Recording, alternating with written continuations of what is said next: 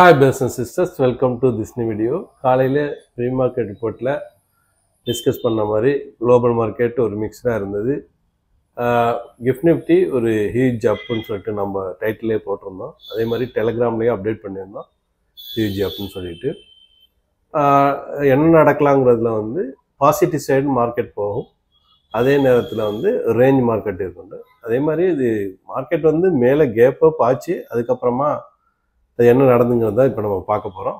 அதே மாதிரி நிஃப்டியில் வந்து உள்ள எந்த சைடுன்னு தெரியல, இது கவர்மெண்ட்டு தான் பார்க்கணும். இன்சைடர்ஸ் இருப்பாங்களோ அப்படிங்கிற ஒரு டவுட்டு வருது.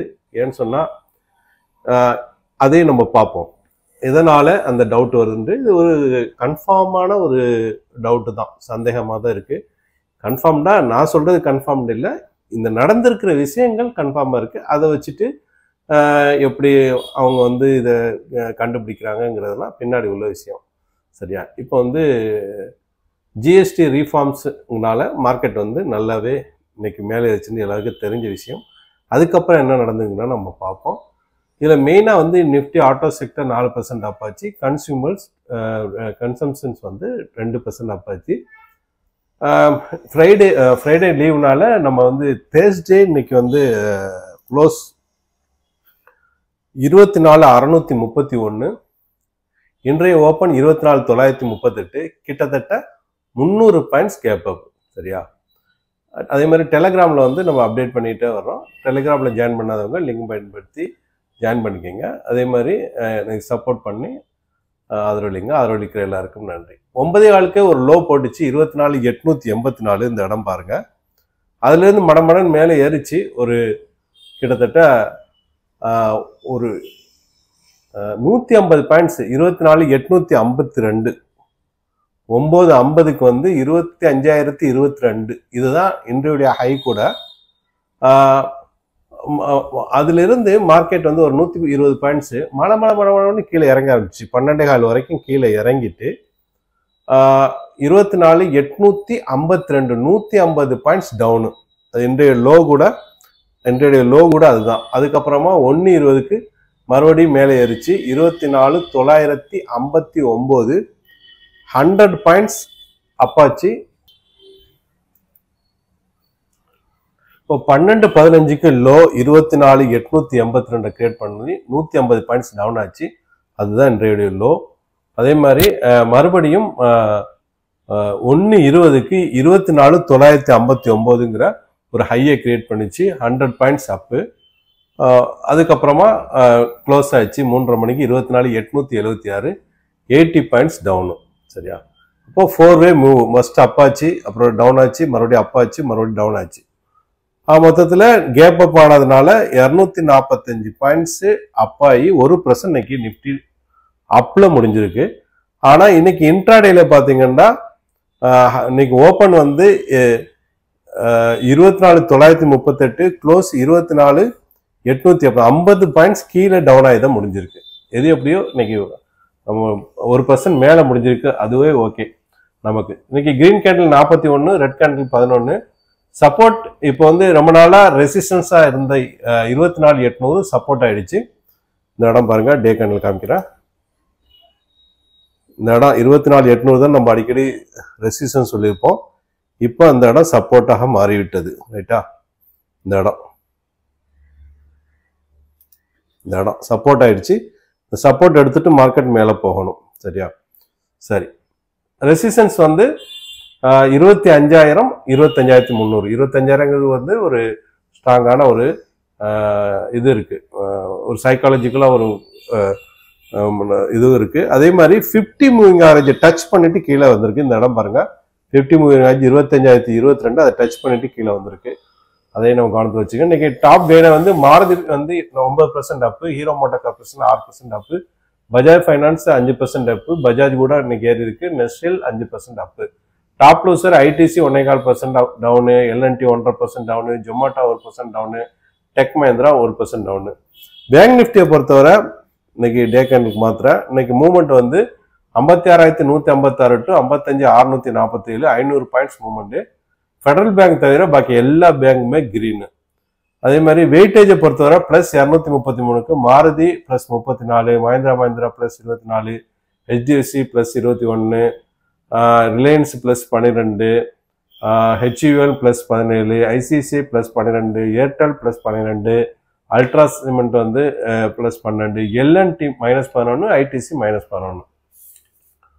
சரி, நீ கோல்டு பார்த்துடலாம். மறுபடியும் கோல்டு சேம் இடத்துல தான் கன்சல்டேஷன் நடந்திருக்கு. இன்னைக்கு ரீட்டைலில் 3345, 3500 தான் லைஃப் டைம் கை. இன்னைக்கு ரீட்டைலில் 9275, 128 ரூபாய் ரீட்டைலில் சில்வர் விற்கப்படுது. சில்வர் வந்து அந்த இது நடந்துகிட்டே இருக்கு, மேல் நோக்கி போகிறத நோக்கி போயிட்டு இருக்கு. ஏன்னா சில்வர் வந்து கீழே இறங்குச்சு நல்லாவே. இப்போ வந்து 38.046 மலமண்டு மேலே போச்சு, மறுபடியும் அந்த மிடில் நிற்குது. இதோடைய ஸ்விங் ஹை வந்து 39.52 502. இது வந்து அதே மாதிரி தான் இன்னைக்கு பிட்காயினும் நல்லாவே மூமெண்ட்ஸ் கொடுத்தது. 1,24,517 தான் இதனுடைய லைஃப் டைம் ஹை. இப்போதைக்கு நல்ல டவுன் ஆகி போயிட்டே இருக்கு. 1,14,972 ட்ரேட் ஆகுது. யூஎஸ் ஆயில் 1.5% டவுன் ஆகி 62.280 இப்போ ட்ரேட் ஆகிட்டு இருக்கு. குளோபல் மார்க்கெட்டை பொறுத்தவரை ப்ராஃபிட் புக்கிங் நடந்ததுன்னு சொல்லலாம். நிஃப்டி எப்படி இன்னைக்கு ப்ராஃபிட் புக்கிங் ஒரு 50 பாயிண்ட் நடந்ததோ, Dow Jones flat and S&P 500 0.5% down, Nasdaq 0.5% down. Europe market இங்கிலாந்து FTSE flat, CSC Italy 3/4% down, DX Germany 1/4% down. Asian market Japan Nikkei 3/4% up, Singapore Straits Times 1/4% down, Singapore Hong Kong Hang Seng 0.5% down, Taiwan weighted 0.5% up, Korea Kospi 1.5% down, SCD composite 1.5% down, Shanghai China 3/4% up. FIDA ஆக்டிவிட்டியை பொறுத்தவரை நம்ம எல்லாருக்கும் தெரிஞ்சதை 47,660 கோடிக்கு விற்றுருக்காங்க போன மாசத்துல. இது வரைக்கும் 24,191.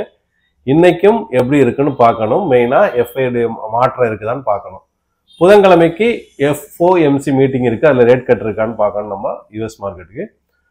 அதே மாதிரி இது ஆப்ஷன் செயின் பார்க்கும்போது இன்னைக்கு ஆச்சரியம், இதை நல்லா பாருங்க. சப்போர்ட் சைடு அதிகமான ஓப்பன் இன்ட்ரெஸ்டே இல்லை பாருங்க. 24,000 மட்டும் 1 லட்சம் கான்ட்ராக்ட் இருக்கு. ரெசிஸ்டன்ஸ் பார்த்தீங்கன்னா 25,000 1,50,000 கான்ட்ராக்ட், 25,200 1,07,000 கான்ட்ராக்ட், 25,500 1,10,000 கான்ட்ராக்ட் இருக்கு. எல்லாமே லாஸ் புக் பண்ணிட்டோ இல்லை ஷார்ட் கவரிங் நடந்தோ க்ளோஸ் பண்ணிட்டு போயிட்டாங்கன்னு தோணுது. அதிகமான ஓப்பன் இன்ட்ரெஸ்ட் இல்லைன்னு புரிஞ்சுக்கலாம். பிசிஆர் ரேஷியோ வந்து 0.88.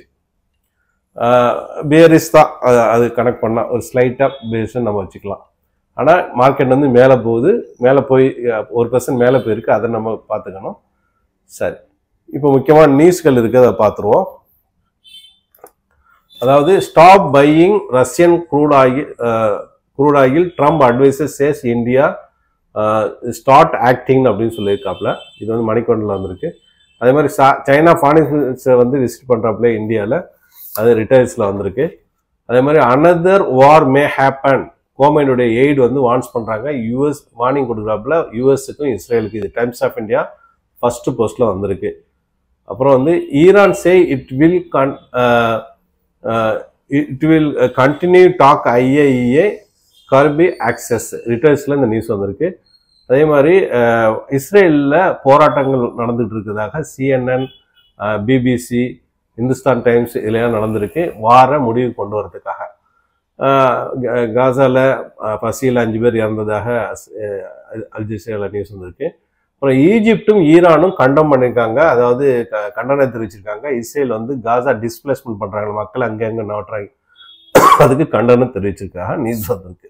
ஓகே, சரி, இப்போ டெக்னிக்கலாக பார்த்துருவோம். சரி, நான் எதுக்கு சொன்னேங்கிறத, அதாவது இன்சைடு இருப்பாங்களான்னு ஒரு நமக்கு ஒரு டவுட் இருக்குன்னு சொன்னோம்ல, அது எதுக்குன்னு சொல்லி இப்போ பார்த்துலாம். ஒன்றுமே ரொம்ப சிம்பிள். இந்த இண்டஸ்ட்ரீஸ் வந்துடலாம். நிஃப்டி பாருங்க, நல்லா கவனிச்சு பாருங்க. நிஃப்டி பாருங்க, அழகா கீழே இறங்குச்சு. சரியா, கீழே இறங்குச்சு. இந்த இடத்துல தான் கொஞ்சம் இன்னைக்கு வந்து நம்ம ஜிஎஸ்டியுடைய இதனால மேலே ஏறிச்சு. அடுத்த இண்டெக்ஸ் ஐடி செக்டர் பாருங்க, கீழே இறங்கி தான் கிடக்கு. ரைட்டா, ஐடி எந்த சம்பந்தமும் இல்லை. ஓகே, பேங்க் செக்டர் பாருங்க, அதை கீழே இறங்கிட்டு இன்னைக்கு கொஞ்சம் பெருசா போச்சு. Mid cap same. இன்ஃப்ராஸ்ட்ரக்சர் கீழே இறங்கி இன்னைக்கு தான் கொஞ்சம் துளிர் விட்டுருக்கு. சரியா, அதே மாதிரி நிஃப்டி 100, நிஃப்டி 200, நிஃப்டி 500 எல்லாமே கிட்டத்தட்ட அதுதான். நிஃப்டி ஆட்டோவை நீங்க நல்லா கவனிங்க, இன்னைக்கு 4% அப்பு. அதுக்கு முன்னாடி பாருங்க லைஃப் டைம் ஹை பக்கத்திலே போயிருக்கு பாருங்க. இங்க பாருங்க ஒரு கிட்டத்தட்ட ஒரு 4 நாளைக்கு முன்னாடியே கேண்டில்ஸை பாருங்க. ஒரு big green candle, big green candle, big green candle. இந்த இடத்துலதான் வந்து கன்ஸ்ட்ரக்ஷன் நடந்திருக்கு. அப்போ இந்த இடத்துலயே ஏதோ ஒரு நியூஸ் வந்து மற்ற செக்டர்லாம் பாருங்க. எக்ஸாம்பிளுக்கு இப்ப நம்ம இதுக்கு முன்னாடி பார்த்து இன்ஃப்ராஸ்ட்ரக்சர் பாருங்க, இங்கேயே தான் படுத்து கிடக்குது, இங்க மேல வரல. லைட்டா தான் மூவ்மெண்ட்ஸ், ரெட் கேண்டில் எல்லாம் போட்டிருக்கு. ஆனா ஆட்டோ செக்டர் பாருங்க பெரிய பெரிய கிரீன் கேண்டில் போட்டு மேல எங்கேயோ தூக்கிட்டு போயிடுச்சு. ஸோ 4-5 நாளுக்கு முன்னாடியோ இவங்களுக்கு நியூஸ் தெரிஞ்சிருக்கலாம். புரிஞ்சுக்கோங்க, தெரிஞ்சிருக்கலாம். நம்பர் 1. அதே மாதிரியே மற்ற செக்டர்ஸும் பாருங்க, காமோடிட்டிஸ் அப்படி கீழே தான் கிடக்கு.